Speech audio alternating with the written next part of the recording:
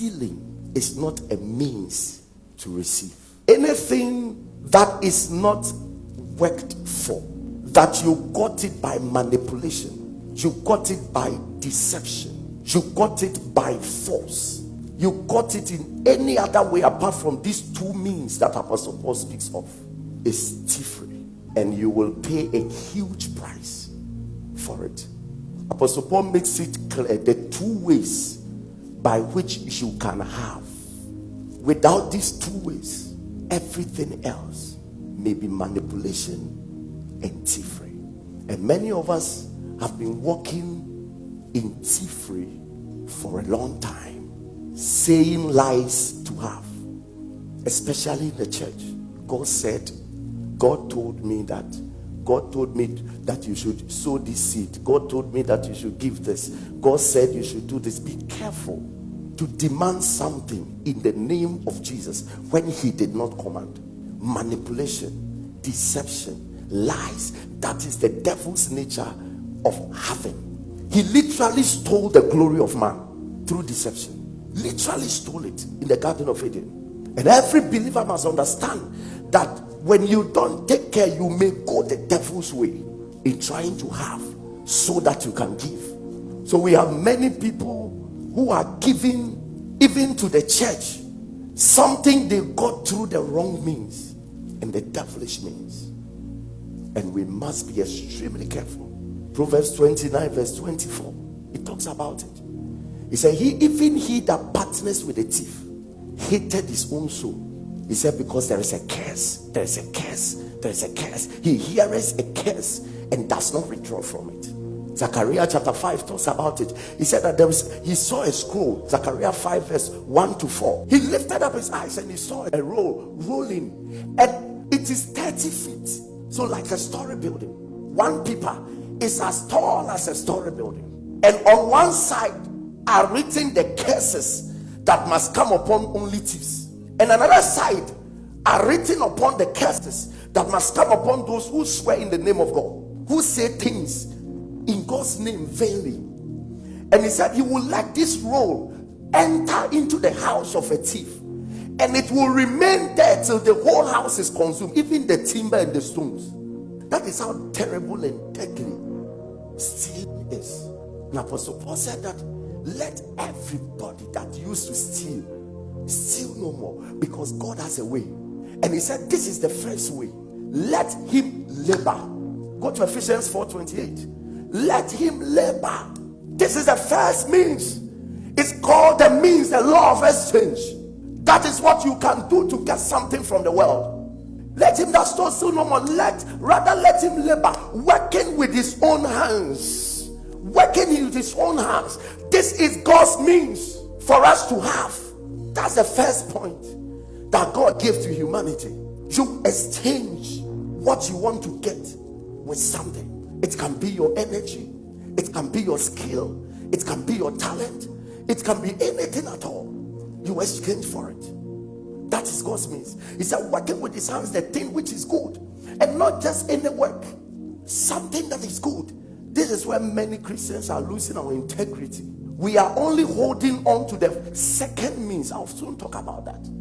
And we are doing everything to have, and we don't understand this first means of God. The world does not understand the second means of we having. They only understand the first means, and that is what God gave to humanity. The first time that he got man, he planted man in the garden and said, start working. Every child of God must understand the place of labor. That is the means to get. You are not to sleep, slumber, and be idle and be expecting the second part to work for you. That does not work.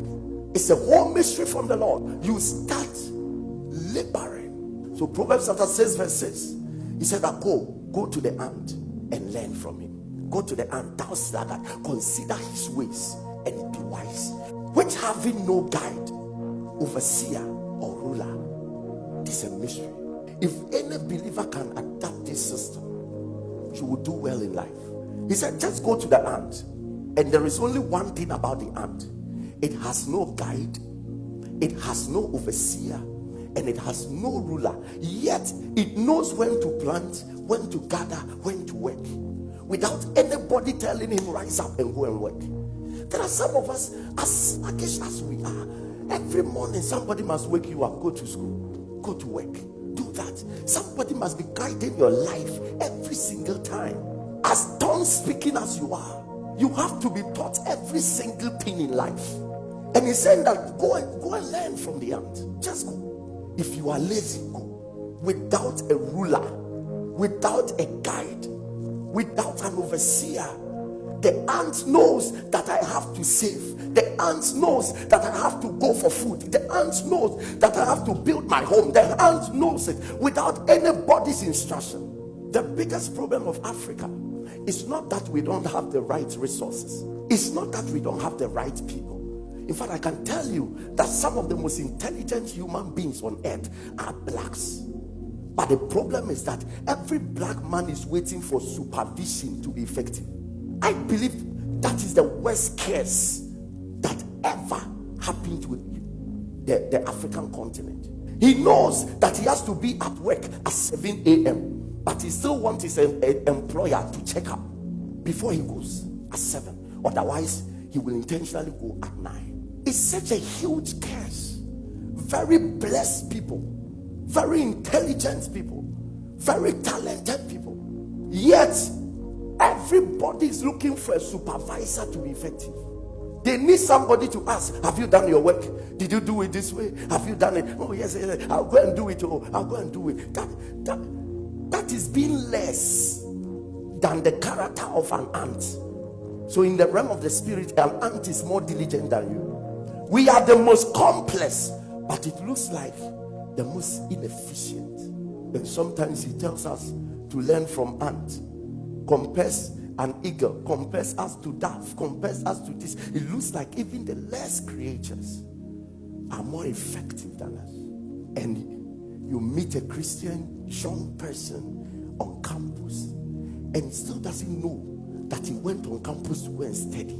And his biggest plan and dream and agenda and vision on that campus should not be running about events, but sitting on the books to study.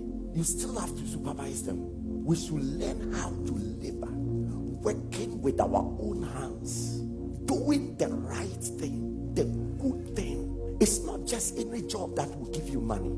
You must be selective. What I'm going to work at, number one, it will let me have.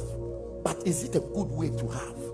You must find out the kind of job you are doing. You must be diligent enough to find out that company that employed you, what purpose are they serving? You must be diligent to know. And then he said, when you labor with your hands, you will have. And then, after you have more than enough, you can give to him that is in need. That is the second way of having. I call it the gracious way, the means of grace, the means of favor, whereby you don't have to do anything at all. You are giving for free. You didn't do anything. You didn't work. You didn't toil. It was just given to you. But I've realized that many believers love the second part. But see, Apostle Paul didn't just teach us the second part. He taught us the first. That when we walk in the first, we will get, then we can practice the second. Most of us just want to enjoy from the second and not practice from the second. Our job from the beginning is to start practicing the first so that we can have something. And when we have it, then we can give to the needy for free. So we worked to get, but we give without people working for it. That is God's system for the church. That we all move out, go to work, find out something to do that will let us have, because that is the language the world understands. You can't go and stand outside and tell somebody that I'm a child of God, so give me 10,000 Ghana cedis. And he asks you, why should I give you? You say, because I'm operating under grace. And I go to Grace Mountain. And I'm saved by grace. And my name is Grace. No, the world does not understand that. He will tell you that do this and that and that and that for me. If you can do it, I'll pay you. So God is commanding us that in order to keep advancing my kingdom, all of you that are established in the faith, go out there, labor, exchange something for the wealth of the world, and then when you come back, come and show love to the people in the church so that they will understand the subject of grace. So I go there, got money, I came back, somebody's clothes was not nice, I bought one and gave it to him for free. By that love, the person is established in Christ Jesus. God said, this is it. And whilst you do that, then somebody to who is higher than you, God will let the person go and labor and then bring you what you also need for free, that your labor could not work out for it. There are realms and glories. There are things that your labor can negotiate for, and there are things that your labor can never negotiate for. So what happens is that God commands you that you go and labor to get what your labor can negotiate for, but then you depend on grace to get what your labor cannot negotiate for. Don't sit back and be expecting everybody to give to you. You are just holding on to the second part, literally doing nothing on earth. I know one day somebody is going to bless me with a car. I know one day somebody is going to bless me with a house. I know one day somebody is going to bless me with money. I know one day. That is powerful. It's also a means. But before you step into that realm of grace, you must have stepped into that realm of labor, where as small as your salary is, probably 300 cedis, you got the salary, and then God told you that there is somebody desperately in need of 50 cedis. Send the person this 50 cedis. The moment you send it, you have given out of your labor. So God will also charge somebody to give to you out of his or her labor. Give, and it shall be given to you, pressed down. So there is no way the same you gave will come back. Everybody can be a giver if we understand God's two systems that are in place. We take care of the one in order to position ourselves to graciously give, and then whilst we do that, somebody too will be commanded to graciously give to us. So it's a cycle. That's God's mean. Never sit in this kingdom and tell yourself that as for me, I am the Dead Sea. Do you know what the Dead Sea? The Dead Sea has an inlet but does not have an outlet. So everything that comes in comes to die. It knows how to receive. It's receiving everything but does not channel anything out, and then it comes to die. But the Jordan has an inlet and an outlet. From today, may you be like the Jordan River. Somebody shout loud, I receive grace to labor, so that I can have to give. No matter how low you are, somebody is lower than you. Everybody has the ability to give. So he said that you may have to give. You may have to give. You may have to give. That means the essence of having is giving. If you are not ready to give, then there is no need of having.